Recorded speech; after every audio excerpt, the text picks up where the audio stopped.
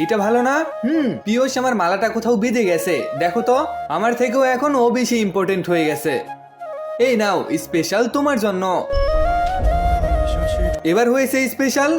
জিনি, তুমি কি পাগল হয়ে গেছো নাকি? কি করছো এসব? আমি তো পাগল, এখন থেকে ওকে নিয়েই থাকো।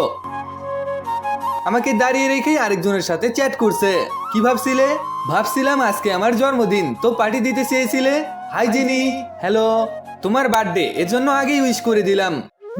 ও, তোমাদের সবাইকে নিয়েই পালন করব। চলো সবাই। না না, আমি কিন্তু নাচতে পারবো না, তোকেও কিন্তু আমাদের সঙ্গেই নাচতে হবে। চলো সবাই, ওয়েট করছে। এই নাও জিনি, এটা খেয়ে নাও। কি হলো, তোমার বয়ফ্রেন্ড এখনো আসেনি? সবাই এসে পড়বে, থাক, কোনো ব্যাপার না। আরে জিনি, এখানে বসে আসিস।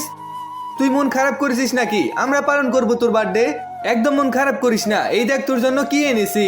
আমি তোদের কি করে বুঝাবো আমি মন খারাপ করিনি? ও আমাকে কখন থেকে এখানে বসে রেখেছে, এখনো আসছে না।